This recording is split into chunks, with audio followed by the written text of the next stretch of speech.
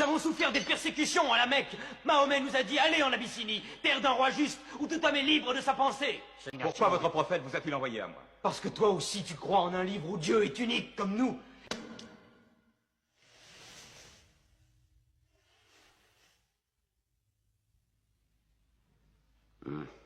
Cette raideur va leur valoir la corde.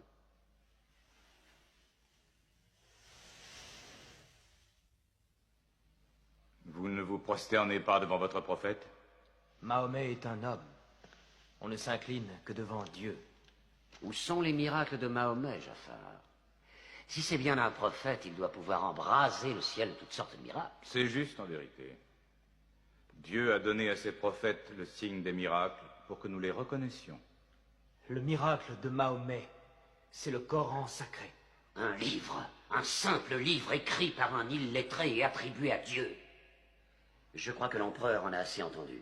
Je songeais à la Pentecôte, quand Dieu a envoyé des langues de feu flamboyer au-dessus des apôtres, afin qu'ils puissent parler toutes les langues du monde qu'ils ignoraient auparavant. Mais ce genre de miracle ne se produit plus à notre époque. Merci, c'est suffisant. Vous avez été pitoyable.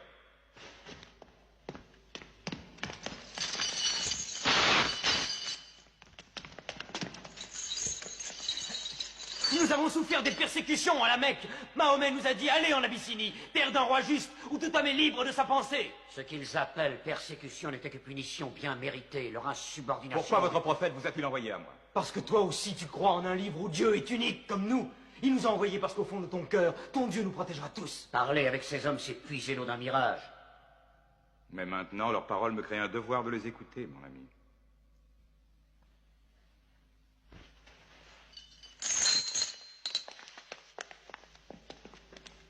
Continue.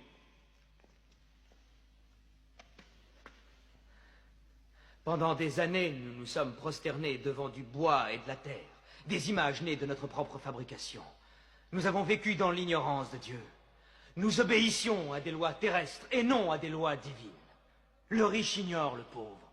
Et la bonté naturelle de l'homme, qui le pousse à relever son prochain quand il vient à tomber, est considérée par eux comme un geste qui trouble l'ordre social.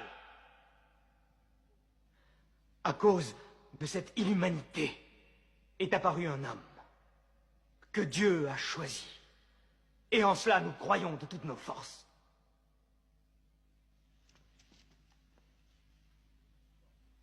Tu t'emportes. Je te prie de reprendre tes esprits. Je parle du messager de Dieu. Mahomet nous enseigne d'adorer un Dieu unique, d'exprimer la vérité, d'aimer son prochain comme soi-même, de faire la charité. Un simple sourire est peut-être déjà un geste de charité. De défendre la femme contre les abus, de protéger l'orphelin et de nous éloigner des dieux de bois et de terre.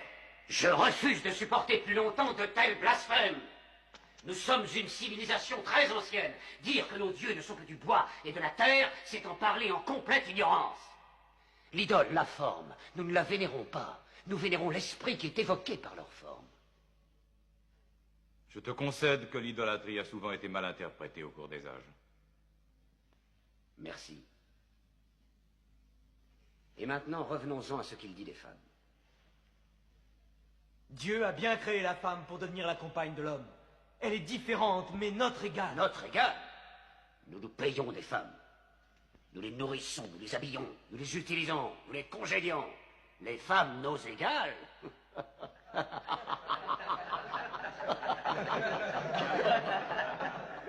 Quand Dieu a créé l'homme, il a conçu un mâle et une femelle. Amra, je te demande de respecter en toute femme le ventre qui t'a porté. Pourquoi tes 300 dieux ont-ils la langue si liée, alors qu'un Dieu unique a une telle éloquence? Dieu nous a déjà parlé par le passé, en s'adressant à Abraham, à Noé, à Moïse et à Jésus-Christ. Pourquoi être surpris quand Dieu s'adresse à nous par l'intermédiaire de Mahomet? Qui t'a appris ces noms? Ils sont tous mentionnés dans le Coran. J'ai connu Mahomet à l'époque où il gardait ses moutons. Et nous savons que le Christ était charpentier. Les paroles du Christ et les paroles de Mahomet sont semblables aux deux rayons d'une même lampe. Il te mente. Il renie le Christ. Toi-même, tu adores 3 dieux, dit-on. Le Père, le Fils et le Saint-Esprit. Qu'as-tu à dire du Christ? Ils disent que Dieu ne peut avoir de fils. Le Christ n'est pas le Fils de Dieu. Parle-moi du Christ. Eh bien, nous disons du Christ ce que le prophète nous a enseigné.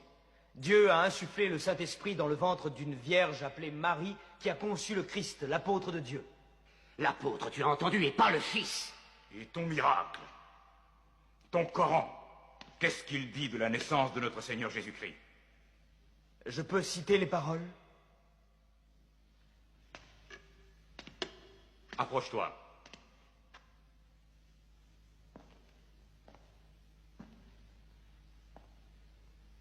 Au nom de Dieu clément et miséricordieux.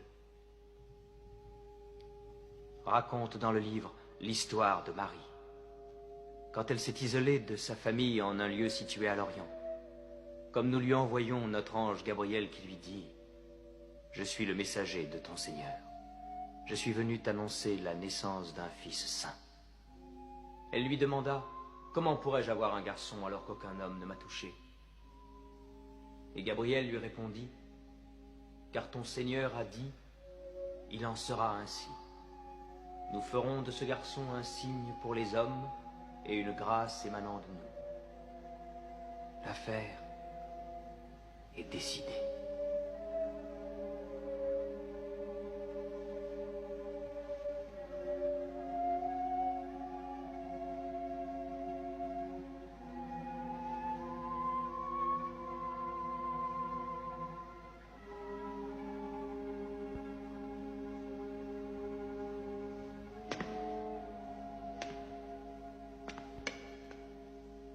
Finalement, la différence entre nous et vous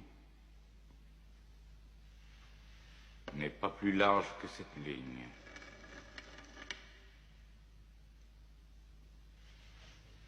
Contre une montagne d'or, je ne te les livrerai pas. Vous pouvez vivre en Abyssinie en paix, aussi longtemps que vous le souhaiterez. Et puisse Dieu vous bénir tous pendant votre retour.